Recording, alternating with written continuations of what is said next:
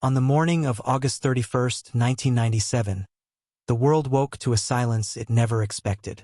Paris was still wrapped in darkness when the first reports began to spread across television screens. A car crash inside the Pont de l'Alma tunnel had claimed the life of Diana, Princess of Wales. Within hours, millions of people who had never met her stood outside palaces, churches, and embassies carrying flowers, handwritten letters, and tears that seemed impossible to explain. The grief was immediate. The questions arrived just as quickly. What really happened that night? Why had the most photographed woman on earth died so suddenly? And perhaps most quietly of all, what would happen to everything she left behind? Because behind the public mourning, another story was only beginning. A story not about crowns or palaces, not about titles, but about one final decision. A decision Diana made long before that tragic night in Paris. A decision that many believe revealed where her heart truly belonged. Stay with us, because this isn't simply a story about money or inheritance. It's the story of how one woman's final legal choices challenged expectations, honored personal loyalty over tradition, and continued to shape her legacy long after the world said goodbye. Sometimes a person's last signature tells us more about their life than every speech they ever gave. And perhaps no final document has been examined more closely than Diana's. By the summer of 1997, Diana was no longer living as a senior member of the British royal family. The fairy tale that had captivated the world 16 years earlier had long since unraveled. Her marriage to Prince Charles had officially ended in divorce the previous year. She had surrendered the title of Her Royal Highness. She no longer lived inside the rigid routines that had governed so much of her adult life. For the first time since becoming a princess at just 20 years old, Diana possessed something she had spent years searching for. Freedom. It wasn't complete freedom. The cameras still followed her. The newspapers still documented every friendship, every vacation, every rumor. But legally, financially, and personally, she had begun reclaiming control over her own life. That independence would become one of the defining themes of her final years, and eventually of her final will. To understand why Diana's estate became such a powerful symbol, we first have to understand what that estate actually represented. Many people assumed Diana's wealth came entirely from the royal family. The truth was more complicated.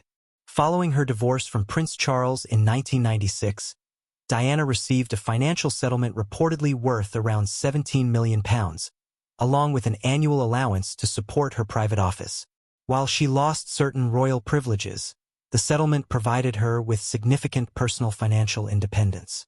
It wasn't simply money. It represented a clean break. For years, Diana had lived within an institution where nearly every aspect of daily life, from public appearances to private schedules, was influenced by royal protocol. Now, she was responsible for her own decisions. She hired her own advisors, managed her own finances, selected her own charitable work, planned her own future. She began traveling not because palace officials arranged it, but because she wanted to.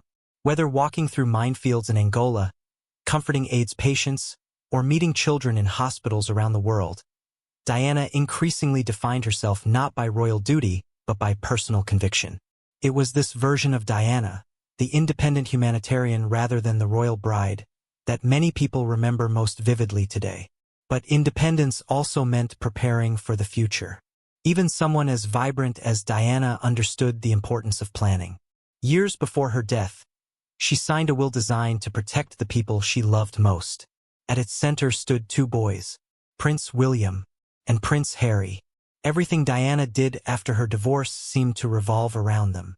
Friends often recalled that, regardless of media attention or official engagements, her happiest moments were the ordinary ones she spent with her sons. She wanted them to experience normal life whenever possible. She took them to amusement parks, fast food restaurants, movie theaters. She wanted future kings to understand ordinary people, not from palace windows, but from real life. That philosophy extended into her estate planning. The majority of Diana's financial assets were placed into trusts intended for William and Harry, ensuring that they would one day inherit their mother's fortune. The arrangement reflected both practical legal planning and a mother's desire to provide long-term security for her children. In many ways, that part of the will surprised no one. What surprised people came elsewhere, because wealth is measured in more than bank accounts. Sometimes the objects left behind tell a deeper story than the money itself. Photographs, letters, books, jewelry, clothing, small keepsakes collected across decades. These were not simply possessions. They were memories, fragments of a life lived under extraordinary public scrutiny. And Diana reportedly cared deeply about who would preserve those memories. Among the people closest to her during the final years of her life was a man who rarely appeared in front of cameras. His name was Paul Burrell. For years, Burrell had served within the royal household before becoming one of Diana's most trusted aides after her separation from Charles. To outsiders, he was a butler. To Diana, many accounts suggest he became something far more personal. Confidant, a trusted assistant, someone who witnessed the private moments that newspapers never saw. He organized her schedule, protected her privacy, handled countless daily responsibilities. And according to those who knew Diana, he earned something increasingly rare within her world: her trust. That trust would later become one of the most controversial aspects of Diana's legacy, because alongside her formal will reportedly existed a handwritten letter of wishes. Unlike a legally binding will, such a letter typically serves as guidance, expressing how someone hopes certain personal belongings might be distributed. According to reports that emerged after Diana's death, this letter indicated that many of her personal possessions should eventually pass to Paul Burrell, not because they were especially valuable financially, but because they carried emotional meaning. It was an extraordinary expression of gratitude, one that some interpreted as Diana's way of thanking someone who had remained loyal during one of the most difficult chapters of her life. Yet gratitude is often interpreted differently depending on who is reading it. To supporters, Diana's wishes reflected compassion and loyalty. To critics, they raised difficult questions about whether someone outside the royal family should receive such intimate parts of her personal world. Those questions would soon grow louder, far louder than anyone could have imagined. Because Diana's death did not end the debate over her legacy. In many ways, it had only just begun. Death has a way of freezing time. For millions around the world, Diana's story ended inside a Paris tunnel on that August morning in 1997. But for her family, her friends, and those responsible for carrying out her final wishes, the hardest chapter was only beginning.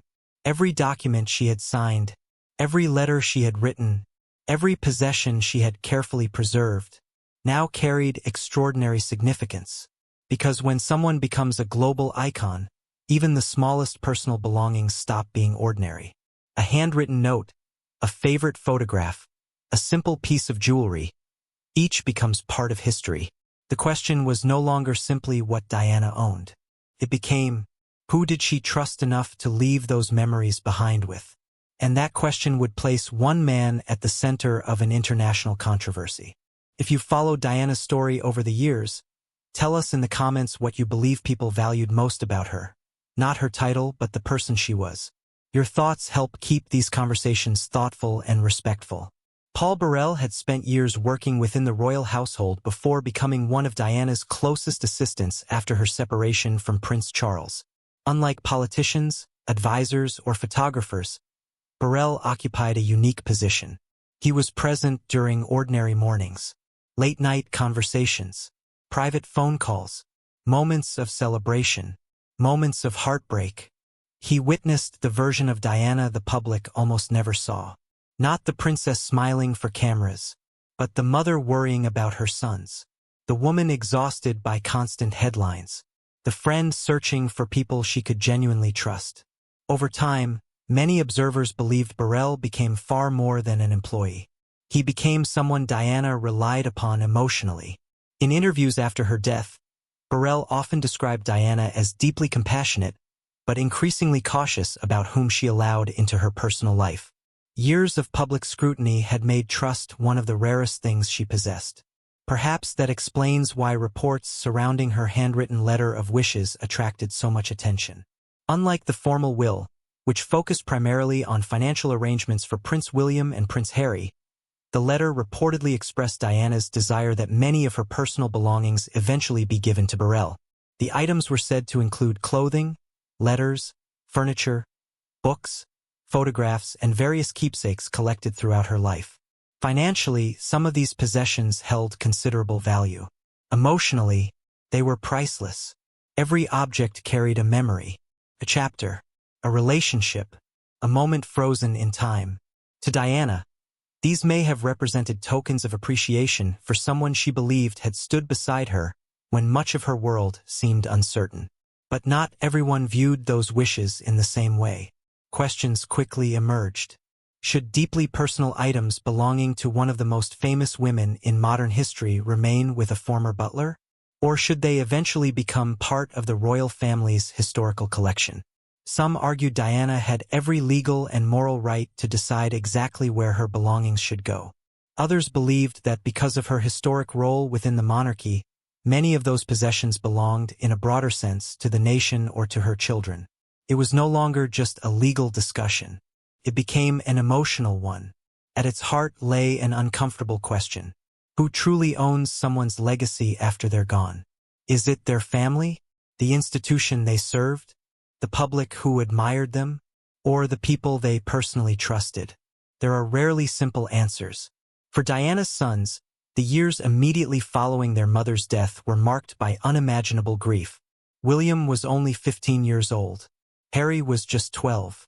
Instead of privately mourning their mother, they found themselves doing so beneath the gaze of the entire world. Every newspaper carried her image. Every television channel replayed footage from the funeral.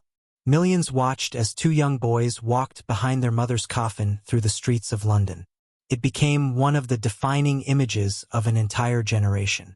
Behind that public grief, lawyers and executors quietly worked through the practical responsibilities of administering Diana's estate. Most of the financial arrangements followed the structure she had established before her death. Her investments, cash assets, and property interests remained held in trust for William and Harry.